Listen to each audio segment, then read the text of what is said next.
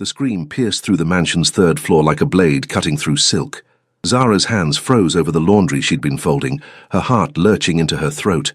That was Minji's voice, terrified, desperate. Without thinking, she dropped the sheets and ran, her worn sneakers pounding against the marble hallway. She burst through the door to find Minji clutching her little brother Dae-hyun, both children backing away from Lee Hee-jin, who stood with a crystal vase raised high above her head. The woman's perfectly made-up face was twisted with rage, all pretense of the loving stepmother-to-be completely shattered. "You little brats ruined my dress," Hee-jin shrieked, her designer gown stained with what looked like juice. "Stop!" Zara threw herself between the children and the vase, feeling the impact as it shattered against her shoulder instead. Pain exploded through her arm, but she didn't move, keeping her body as a shield. "Run to the garden. Find Jin. Now." The children didn't hesitate. As their footsteps faded down the hallway, Zara faced the woman who was supposed to marry their father in 2 weeks, and saw nothing but cold calculation in those eyes, the look of someone who'd been caught but wasn't finished yet. 3 weeks earlier, Zara Thompson had stood at the iron gates of the Park Estate in Westchester County, staring up at a mansion that looked like it had been transplanted directly from a Korean drama. Her practical side, the one that had kept her and her late mother afloat through years of struggle, told her this job was too good to be true. The ad had promised exceptional pay, private quarters, and benefits that seemed almost fictional for domestic work, but her bank account, stretched thin after her mother's medical bills, didn't care about suspicions. The head housekeeper, Mrs. Chen, was a brisk woman in her 60s, who evaluated Zara with sharp eyes. "Mr. Park values discretion above all else," she said, leading Zara through halls decorated with an intriguing mix of modern art and traditional Korean pieces. "He's a businessman with complex interests. You'll care for the household, particularly the children's wing. Their mother passed 2 years ago." Zara's heart clenched. The poor babies. "They're resilient, but they need stability." Mrs. Chen stopped at a door. "Mr. Park is often away on business. His fiancée, Miss Lee, handles much of the household management now." The way she said fiancé carried a weight Zara couldn't quite interpret. That first week, Zara fell into a rhythm. The mansion was enormous, but her duties centered around the children's floor, keeping their rooms immaculate, managing their laundry, preparing their school lunches.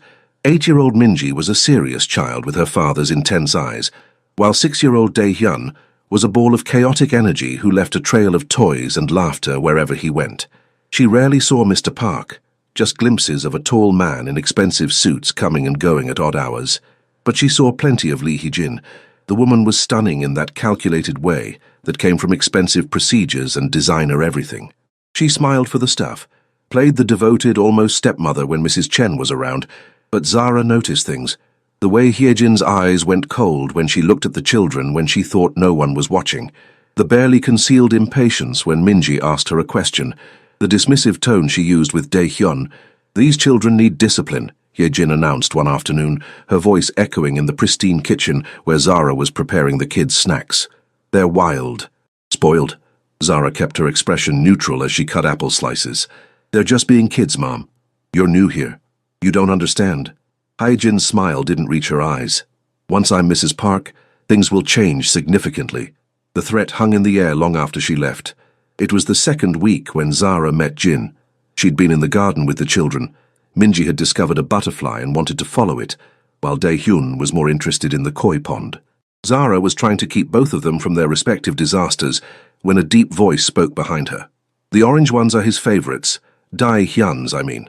She turned to find a man in worn jeans and a simple t-shirt, dirt smudged on his forearms, holding gardening shears. He was Korean, probably mid-30s, with black hair that fell slightly into his eyes and a face that would have been striking if not for the deliberate ordinariness of his posture and clothes. "You're the new gardener?" she asked. "Jin started last week." His accent carried a hint of soul, softened by time. "You're Zara, right? The kids mentioned you. All good things, I hope."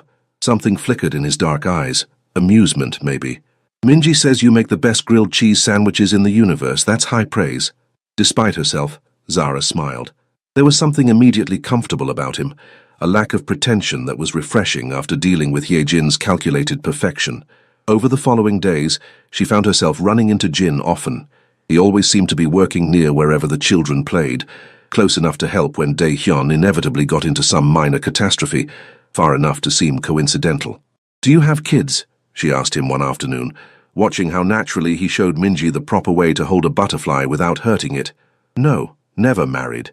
His eyes stayed on the little girl's delighted face. "But I understand the importance of protecting innocent things." The intensity in his voice made her look at him more carefully. For just a moment his entire demeanor shifted. The slouch disappeared, his jaw tightened, and she saw something dangerous flash across his features before he caught himself and smiled that easy, gardener's smile again. "What about you?" he asked. "No family. My mom passed 6 months ago. Cancer." The words still hurt. "It's just me now. I'm sorry." And he sounded like he genuinely meant it. "She raised a good daughter." "She raised a strong one," Zara corrected. Good was her department. Strong was necessity. Jin studied her with those dark, intense eyes. Strength is its own kind of goodness. Their conversations became a highlight of her days. Jin was educated. She could tell by the way he spoke when he forgot to play down his intelligence.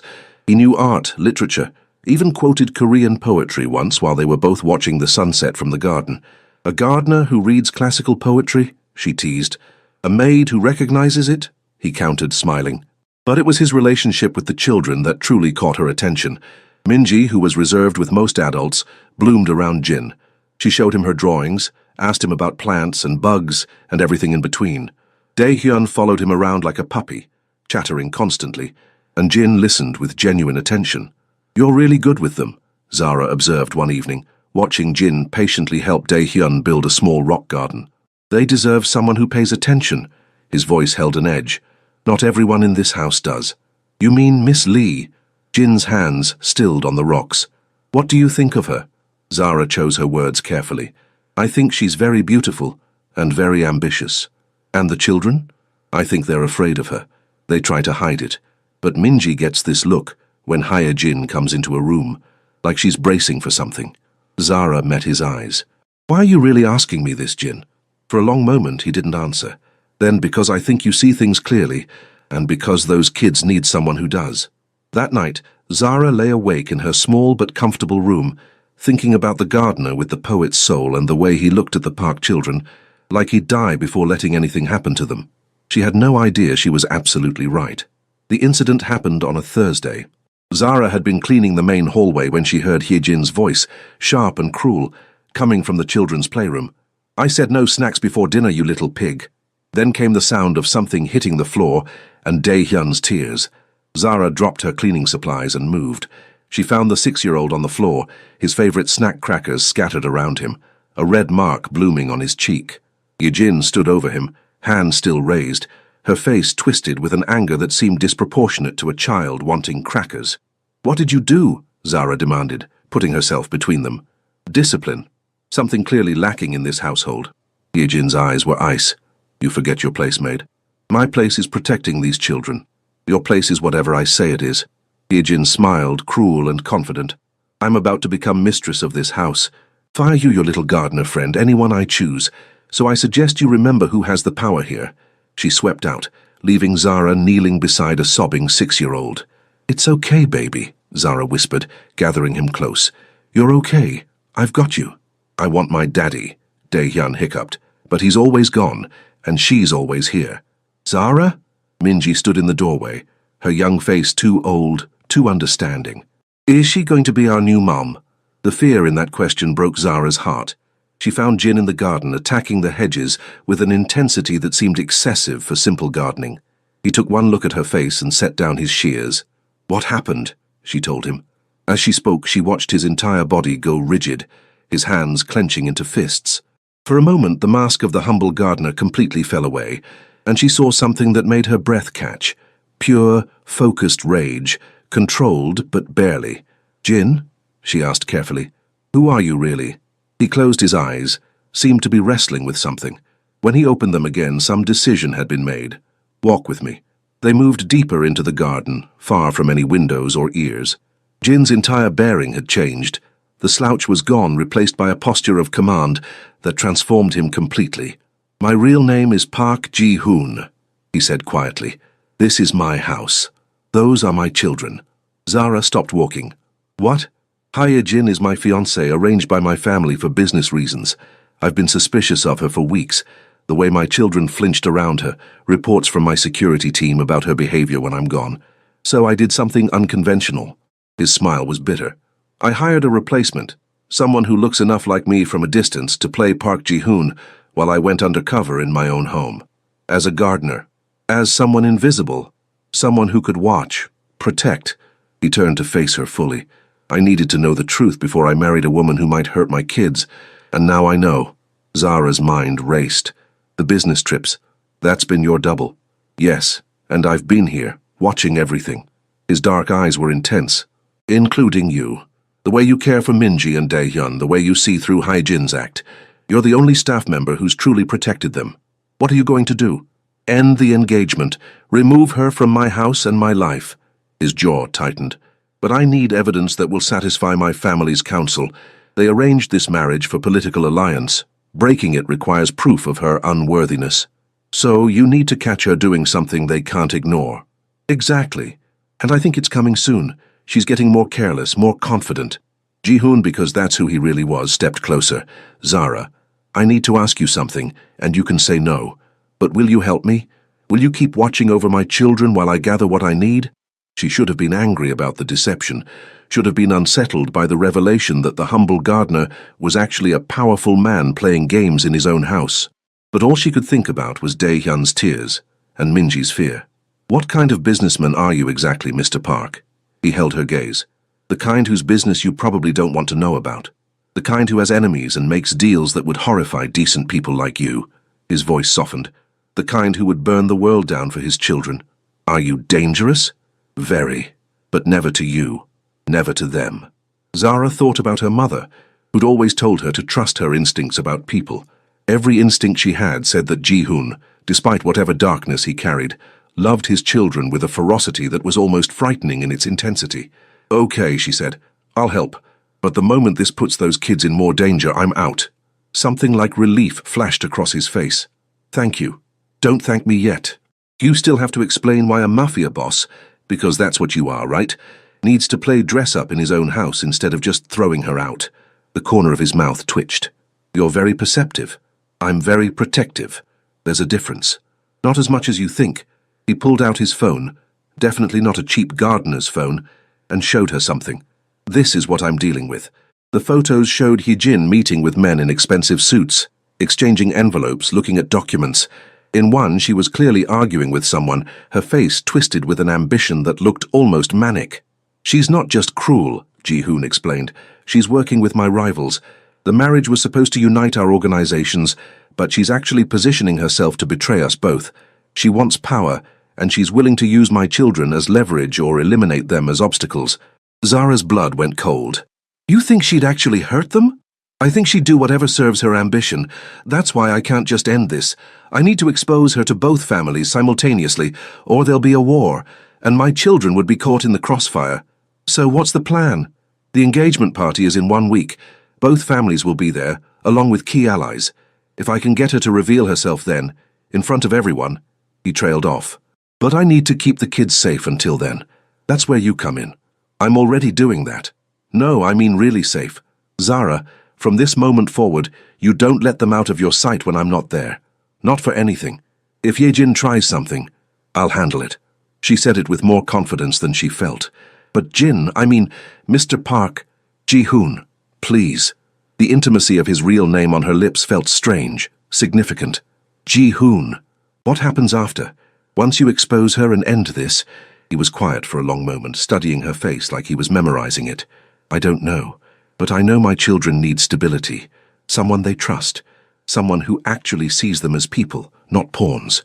They need their father. They need that too. Maybe it's time I learn to be both the man who protects them and the father who's actually present. His voice roughened. I've been so focused on keeping them safe from external threats, I didn't see the one I was bringing into our home. Zara's heart twisted at the pain in his voice. Without thinking, she reached out and touched his arm. You didn't know, and you're fixing it. That's what matters.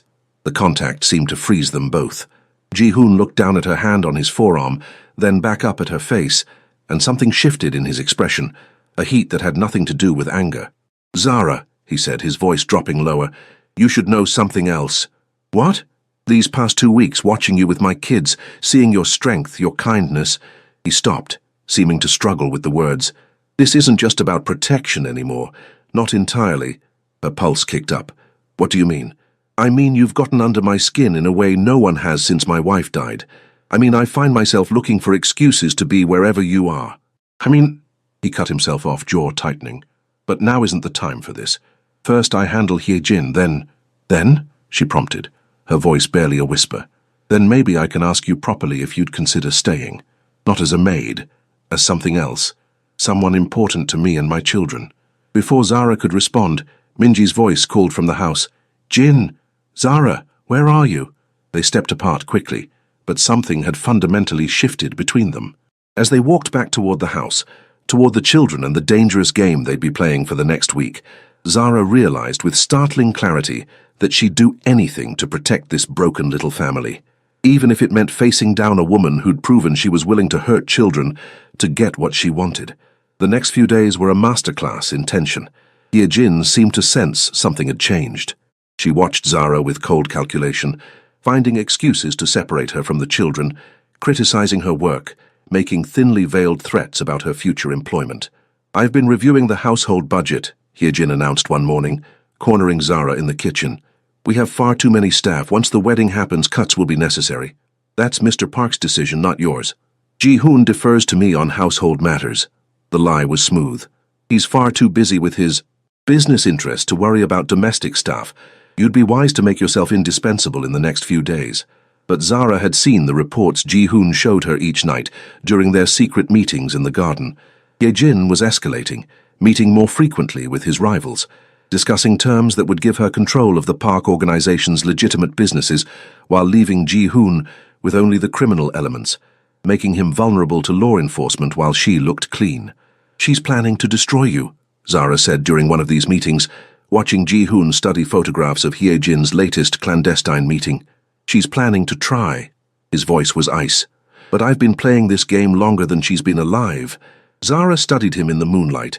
This man who was somehow both the gentle Jin who helped her carry groceries and the dangerous Park Ji-hoon who commanded a criminal empire. The dichotomy should have terrified her. Instead, she found herself drawn to both versions, seeing how they were really just different facets of the same complicated person. Tell me about your wife, she said softly. Ji-hoon looked up, surprised. Hana, if I'm going to be part of your children's lives, in whatever capacity, I should know about the woman who gave them life. He was quiet for so long, she thought he wouldn't answer. Then, Hana was kind, gentle. She knew what I was when she married me, but she believed I could be better. She made me want to be. His voice roughened. She died in a car accident, but it wasn't an accident. It was a message from a rival organization. Oh, Ji-hoon. I destroyed them. Completely. Made sure no one would ever dare threaten my family again. He met her eyes. That's who I am, Zara. I'm not a good man. I've done terrible things. Will probably do more. The only purely good things in my life are my children. And you love them completely. That counts for something. Does it? The vulnerability in his question gutted her. Minji still has nightmares. Dae-hyun barely remembers his mother. I've given them everything except what they need most. Safety. A normal life.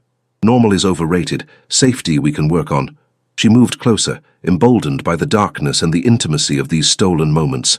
And they have you. That's not nothing. They'll have you too, if you stay. Are you asking me to stay? Ji-hoon reached out, his fingers brushing her cheek with a gentleness that seemed at odds with everything she knew he was capable of. I'm saying that in the middle of this nightmare, you've become something I didn't expect. Something I wasn't looking for. And my children adore you. Minji told me yesterday that you make her feel safe. Do you know what that means to me? Zara's breath caught. Ji-hoon. I know the timing is terrible. I know I have no right to feel this when I'm engaged to another woman, even if that engagement is a strategic disaster. But I need you to know. He stopped, seeming to struggle with something. When this is over, I want to do this right. Court you properly. Let you decide if you can accept all of me, not just the parts I show the world. Before she could respond, both their phones buzzed simultaneously. Ji-hoon's face went hard as stone as he read the message. What is it? Ye-jin just purchased 2 one-way tickets to Seoul, for her and Dae-hyun, leaving the day after the engagement party. Zara's heart stopped. She's planning to kidnap him. Not if I end this first. Ji-hoon's voice had gone cold, deadly. The engagement party is in 3 days. We need to accelerate the timeline. The next morning, Zara found Minji crying in her bedroom. Baby, what's wrong? Miss Ye-jin said Dae-hyun is going to go away soon. That I'll have to be a big girl and not cry about it. The 8-year-old looked up with devastated eyes. Is she taking my brother? Zara gathered the child close, fury building in her chest. No, sweetheart. That's not going to happen. I promise you. How do you know? Because your daddy won't let it, and neither will I. I miss when it was just us and Daddy. Before her. Minji's small voice was muffled against Zara's shoulder. Jin says we should trust that things will get better. Do you think he's right? Jin is very smart, and he cares about you very much. Do you like him? Jin, I mean. Minji pulled back, studying Zara with those 2 old eyes. You smile different when he's around. Zara felt heat creep up her neck. He's a good friend. Daddy needs a good friend too.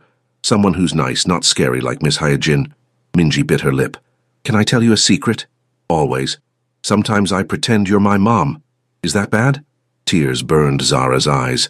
Oh, baby, no. That's not bad at all. That's really special. Good. Because I prayed for a new mom, and then you came. Maybe God sent you. That evening, Ji-hoon found Zara in the garden. She was sitting on a bench, trying to process Minji's words, the weight of what they were about to do, the impossibility of the feelings growing between her and a man she'd known for less than 3 weeks. Minji told me about her prayers, he said, sitting beside her, about how she wishes you were her mother. She told you that? She tells me everything. Eventually. He turned to face her. Zara, I need to say something before the engagement party, before everything potentially goes to hell. Okay. If something happens to me, don't. She grabbed his hand. Don't say that. I have to. If something happens, there are provisions. You and the children will be protected, financially secure. But more than that, he brought her hand to his lips, kissing her knuckles gently. I need you to know that you've changed everything. In 3 weeks, you've reminded me what it means to feel something real, something that has nothing to do with power or strategy or survival. You've made me want things I thought I'd buried with Hana. Ji-hoon, let me finish, please. His dark eyes were intense, almost desperate. I'm falling in love with you, Zara Thompson. Maybe I already have fallen. And I know it's fast. I know it's complicated. But I don't care. When this is over, I want to see where this goes. I want to wake up and have breakfast with you and my children. I want to hear you laugh at my terrible jokes. I want to watch you turn my house into a home. Zara's heart was thundering. You barely know me. I know you're brave. I know you put my children before your own safety. I know you see me, all of me, and you haven't run away yet. He cupped her face with both hands. I know that when you smile at me, I feel like maybe I'm not just the monster I've become. You're not a monster. You're a man trying to protect his family. You see? That's what I mean. You make me believe I can be better. Zara leaned into his touch, her own hands coming up to cover his. I'm scared. Of me. Of this. Of how much I already care. Of what happens if we can't stop her. She took a shaky breath. But I'm more scared of not trying. My mama always said life's too short for maybes and what-ifs. So yeah, when this is over, let's see where this goes. Ji-hoon's smile was devastating in its genuine happiness. Then his expression shifted, became something darker, more intense. Can I kiss you? I've been wanting to since the day you told Hyejin off. Yes. He kissed her like a man drowning, like she was air and salvation and everything he'd been searching for. It was gentle and desperate and perfect, and when they finally broke apart, Zara knew with absolute certainty that she was in too deep to ever climb back out. 3 more days, Ji-hoon murmured against her lips. Then this nightmare ends. But 3 days felt like an eternity when a monster was circling your family. The engagement party was everything you'd expect from a union between 2 powerful Korean families, opulent, traditional, and hiding an undercurrent of tension that you could cut with a knife. Zara had been given a server's uniform for the evening, a way to stay close to the children while blending into the background. Ji-hoon's double was playing his role perfectly, the man who looked enough like him from a distance to fool people who didn't know him intimately. But Zara knew the real Ji-hoon was somewhere in the shadows, watching, waiting for Hyejin to reveal herself. The evening progressed like a carefully choreographed dance. Guests arrived bearing expensive gifts, traditional bowing and formalities, speeches about unity and family prosperity. Ye-jin played her part beautifully, the devoted bride-to-be, so honored to be joining such a distinguished family. Zara wanted to vomit. She kept Minji and Dae-hyun close, both children dressed in traditional Korean hanbok, looking adorable and slightly miserable. They'd been instructed to stay visible, to smile for the guests, but Zara could see the tension in their small shoulders. "It's almost over," she whispered to Minji. "Just a little longer. Then the bad lady will go away. That's the plan, sweetheart." It was during the traditional tea ceremony that things started to unravel. Hee-jin was supposed to serve tea to Ji-hoon's parents, or rather to the man playing Ji-hoon, but as she knelt, preparing the ceremony with practiced grace, Zara noticed something. The subtle nod Hee-jin gave to a server across the room, the way that server moved toward where Dae-hyun stood with his sister. Ice flooded Zara's veins. She moved without thinking, intercepting the server just as he reached for Dae-hyun's hand. "I'll take the children to get some air." "Miss Lee requested they stay for the ceremony," the server said, his grip on protocol a little too tight. "The children need a break, now." She gathered both kids and moved toward the garden doors, her heart pounding. Behind her, she heard raised voices, Ji-hoon's parents questioning something about the ceremony, Hye-jin's laugh sounding strained. They'd barely made it into the garden when Hye-jin found them. "Where do you think you're going?" Her voice was pure venom, all pretense dropped. "I need those children inside, particularly the boy. They needed air. What they need is to do as they're told." Hye-jin grabbed for Dae-hyun's arm. "You've been a problem from the start, Maid, always interfering. But after tonight, you'll be gone, and these brats will finally learn their place. Let him go." Zara's voice was deadly calm. "Or what? You'll stop me?" Hye-jin laughed. "You're nothing, a servant, a black girl playing house with children who aren't hers. Did you really think—" "That's enough." Ji-hoon stepped out of the shadows and the transformation was complete. Gone was any trace of the humble gardener Jin. This was Park Ji-hoon, mafia boss, and the look on his face would have made lesser people run. Hye-jin's eyes went wide. "You're supposed to be inside. I just saw you. You saw what I wanted you to see." His voice could have cut glass. "Just like I've seen everything you've been doing for the past month. Every meeting with my rivals. Every plan to take my son and use him as leverage. Every time you've hurt my children. I don't know what lies this maid has been telling you. I'm not talking about Zara. I'm talking about me. I've been here, Hye-jin, watching, waiting for you to reveal exactly who you are." He pulled out his phone, pressed a button, and suddenly the garden's hidden speakers came alive with audio. Hye-jin's voice, crystal clear, discussing how to eliminate the obstacles to her power, how to position herself to take control of both families' operations. The blood drained from Hye-jin's face. "Our families are inside right now, listening to this," Ji-hoon continued, his voice never rising but somehow more terrifying for its control. "Your father just disowned you.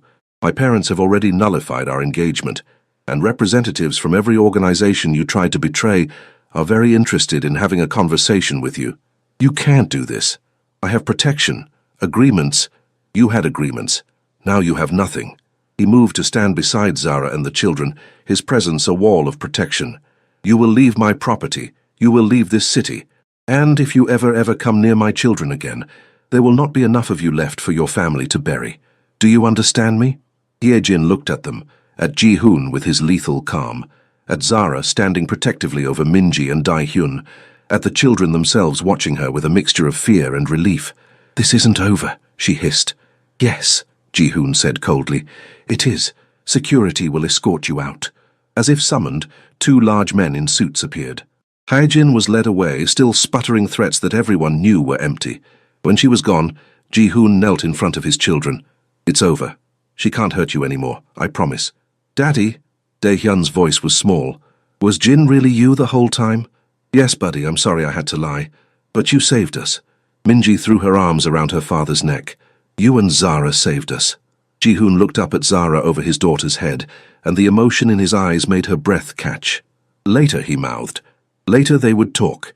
Later they would figure out what came next. For now they had to deal with the fallout of a very public family scandal. The aftermath of the engagement party was simultaneously exhausting and exhilarating. Ji-hoon had spent hours in meetings with both families' councils, explaining his deception, providing evidence of Hye-jin's betrayal, managing the political fallout. Zara had stayed with the children, keeping them calm and distracted while their world shifted yet again. It was late, past midnight, when Ji-hoon finally knocked on her door. "They're asleep," Zara said, letting him in.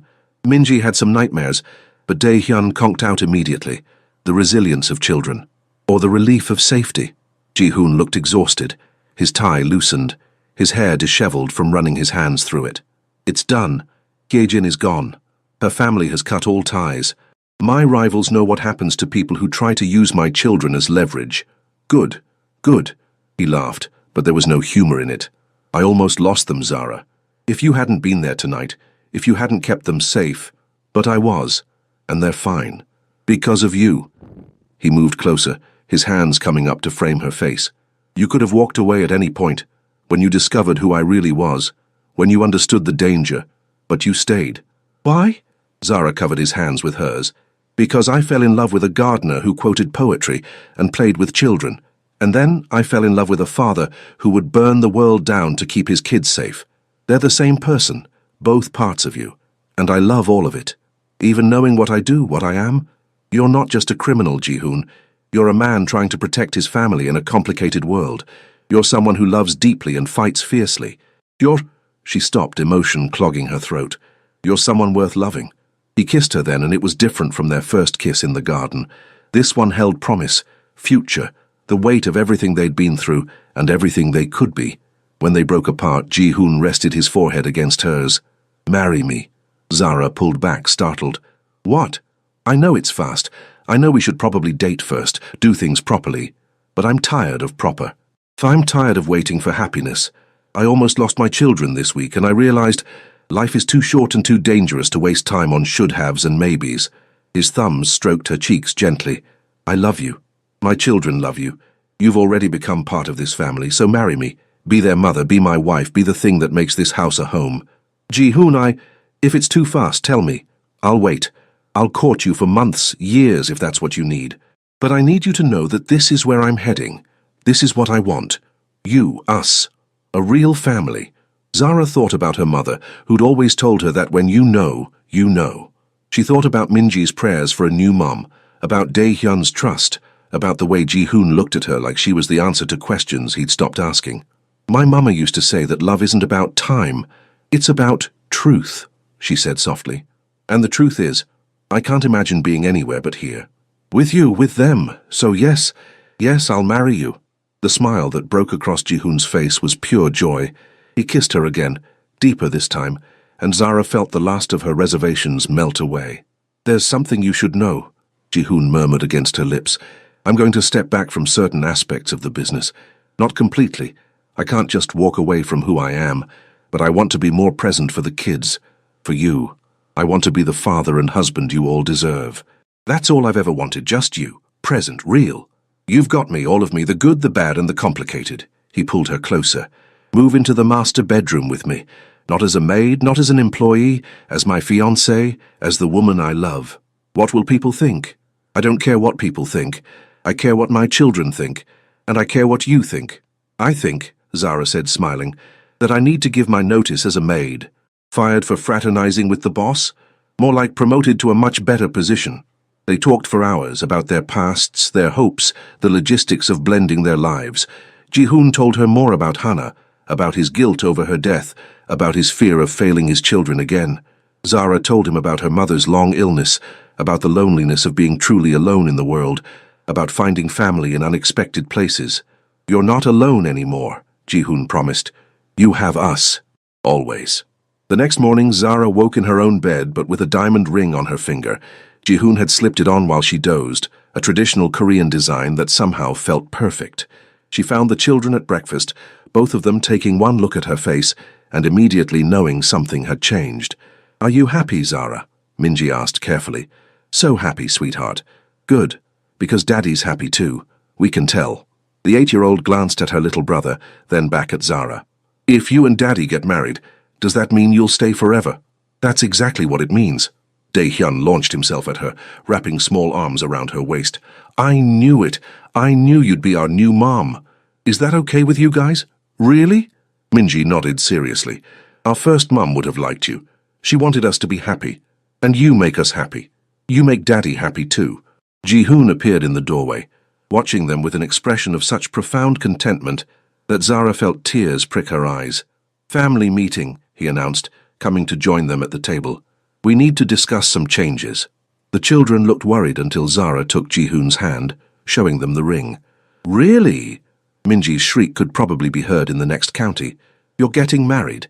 We are, Ji-hoon confirmed, which means Zara's going to officially be your mum, if that's okay with you both. Yes, Dae-hyun was literally bouncing. Can we call you mum now? Can we? Can we? Zara looked at Ji-hoon, who nodded encouragingly, then back at the children. If you want to, yes, I would be honored. Mum, Minji tried out the word, smiling. Yeah, that sounds right. The rest of the morning was a blur of excitement. The children planning the wedding. Dae-hyun wanted dinosaurs. Minji wanted something princessy. Discussing what Zara's official role in the household would be. Celebrating their new family configuration. It wasn't until later, when the children were occupied with drawing pictures of their new family, that Ji-hoon pulled Zara aside. There's one more thing, he said. Something I want you to have. He led her to his office, to a wall safe she'd never noticed before. Inside were documents, but he pulled out a small jewelry box. This was Hana's, he said, opening it to reveal a delicate jade bracelet. Before she died, she made me promise that if I ever found love again, if I ever found someone who would love our children the way she did, I should give them this. It's a family heirloom. It means acceptance, welcome, home. Zara's hands shook as he fastened it around her wrist. Ji-hoon, I can't. You should. Hana would have loved you. His voice was thick with emotion. You've given my children back their joy. You've given me back my heart. This is yours. You're ours. She kissed him then, tasting salt from tears. Hers or his, she wasn't sure. I love you. I love all of you so much. We love you too. Welcome home, Zara. And standing there in his arms, with the laughter of children echoing from the next room, Zara finally understood what her mother had meant about recognizing home when you find it. This was home. This complicated, beautiful, slightly dangerous family was exactly where she was meant to be. The years had been kind to them. Standing in the garden where she'd first met Jin the gardener, Zara watched her husband teach their daughter, not Minji, but their biological daughter, 3-year-old Hana, how to plant tomatoes. Minji, now 13 and impossibly grown up, was helping Dae-hyun with his homework at the garden table, both of them bickering good-naturedly. You're doing it wrong, Minji insisted. The equation goes like this. You're not my real teacher, Dae-hyun shot back, but he was grinning. At 11, he'd grown into a confident kid who talked constantly and had his father's intensity tempered by Zara's warmth. But I am your real sister, so you have to listen to me. Ji-hoon looked up from the garden, catching Zara's eye, and the smile they shared held years of inside jokes, overcome obstacles, and deep contentment. He'd kept his promise. He was still involved in the business.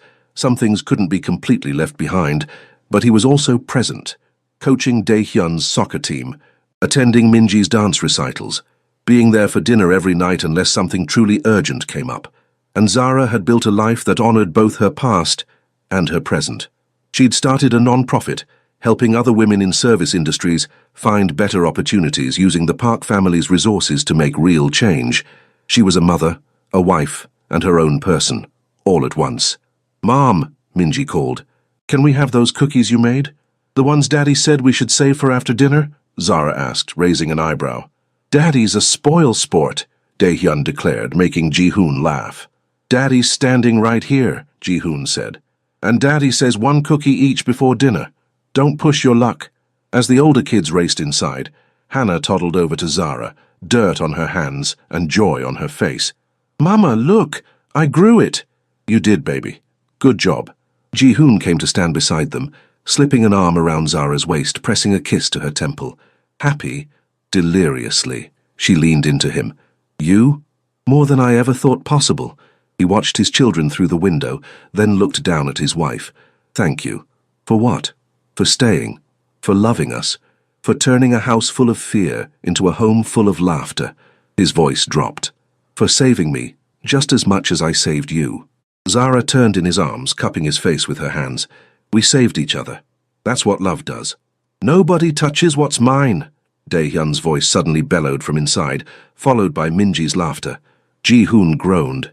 Is he watching those old action movies again? Your son has a flair for drama. Wonder where he gets that from. From his mother, obviously. I'm very subdued and low-key. Zara burst out laughing. Says the man who went undercover as a gardener in his own house. That was strategy, not drama. Keep telling yourself that. She kissed him softly. Come on, let's go referee the cookie situation before Dae-hyun stages a heist. As they walked toward the house, their home, their sanctuary, Hannah between them holding both their hands, Zara thought about that first day she'd walked through these gates. How scared she'd been. How uncertain. She'd come here as a maid looking for a paycheck. She'd left that woman behind and become something better. A mother, a wife, a partner to a complicated man, building a better legacy. Behind them, the garden bloomed in the late afternoon sun, a testament to careful tending and patient growth, just like their family, just like their love. And in the house ahead, laughter and life and the beautiful chaos of home waited for them, exactly as it should be.